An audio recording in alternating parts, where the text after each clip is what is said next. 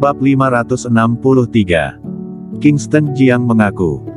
Patrick Gao adalah salah satu penanggung jawab utama Sekte Gu, dia tahu banyak cerita dalam.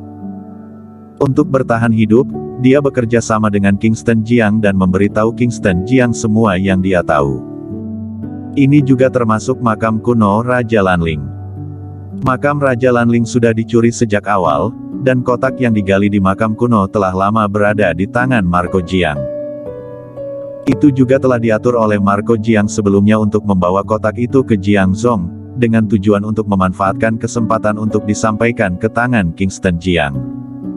Dan pangeran hanyalah sebuah bidak catur. Sebuah bidak catur yang sudah mulai didorong oleh Marco Jiang 10 tahun yang lalu. Bidak catur ini bisa dikorbankan kapan saja. Setelah mendengar ini, Kingston Jiang tidak bisa menahan diri dan menarik napas dalam-dalam. Dilihat dari kata-kata Patrick Gao, 10 tahun yang lalu kakeknya sudah punya kemampuan, tetapi dia tidak bisa mengerti mengapa kakeknya menyaksikan seluruh keluarganya dibakar sampai mati. Apa mungkin keluarganya belum mati? Terbakar sampai mati itu hanyalah sebuah ilusi. Kingston Jiang berpikir itu mungkin. Karena dia diselamatkan oleh Klutang, dia tidak tahu apa yang terjadi selanjutnya. Dia selalu berpikir bahwa seluruh keluarganya telah mati terbakar, tetapi dia belum pernah melihat mayat mereka. Jika kakeknya benar-benar punya kemampuan, dia bisa menyelamatkan orang, bahkan bisa menyelamatkan orang secara diam-diam.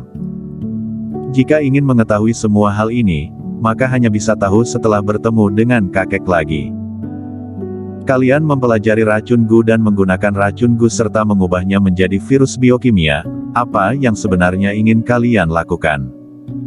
Kingston Jiang bertanya, dan mengapa harus mendirikan Centennial Group? Patrick Gao berkata, ini berkaitan dengan ilmu bela diri yang dipraktekkan oleh pemimpin. Ilmu yang dilatih pemimpin adalah Huagong sihir klasik. Teknik ini sangat jahat, tetapi sangat kuat, tapi tidak lengkap. Pemimpin sedang mempelajari racun Gu untuk melengkapi teknik ini, sekaligus menggunakan virus biokimia yang dibuat oleh racun Gu untuk membangun angkatan bersenjata yang kuat dan tidak takut mati, dan membuka sebuah perusahaan sepenuhnya untuk membuka jalan untuk tindakan selanjutnya. Di era ini, negara menjadi kaya dan kuat, dan semakin banyak orang kaya. Membuka perusahaan farmasi dan memonopolinya. Ketika hanya ada satu perusahaan farmasi yang tersisa di Dacia dan bahkan di seluruh dunia, organisasi memiliki keputusan akhir tentang obat apa yang harus diberikan kepada manusia, sehingga akan lebih mudah untuk mengontrol lebih banyak orang. Setelah mendengar ini, Kingston Jiang hanya bisa terkesiap. Gila. Benar-benar gila. Sungguh maniak. Setelah menarik napas dalam-dalam, dia bertanya, ilmu bela diri macam apa itu Huagong sihir klasik, dan bagaimana bisa ada hubungan dengan racun Gu?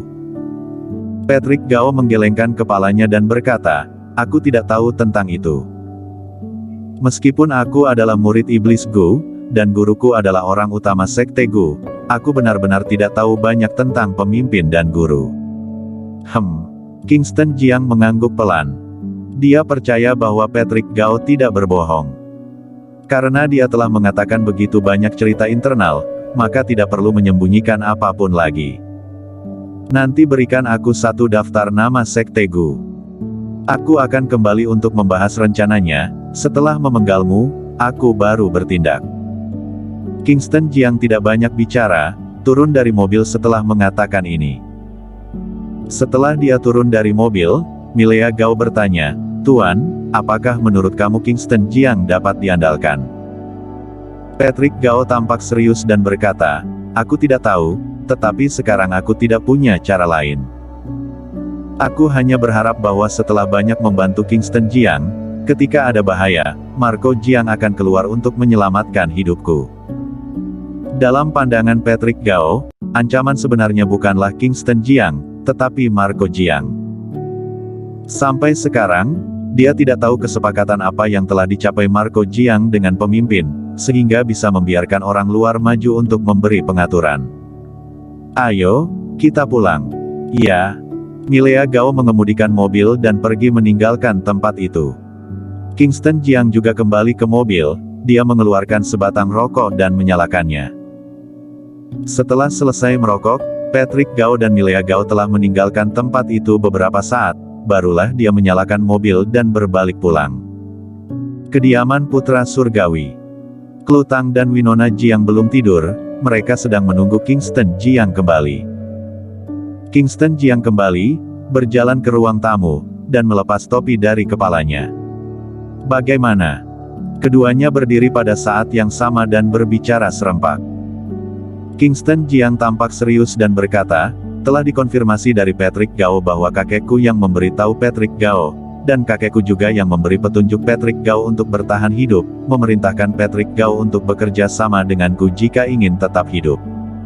Oh, begitu. Winona Jiang bertanya, apa yang dikatakan Marco Jiang kepada Patrick Gao? Kingston Jiang menyampaikan kata-kata Patrick Gao. Mendengar ini, Winona Jiang menyentuh dagunya dengan ekspresi serius di wajahnya. Ini aneh, apa sebenarnya yang ingin dilakukan Marco Jiang, dan orang seperti apa dia?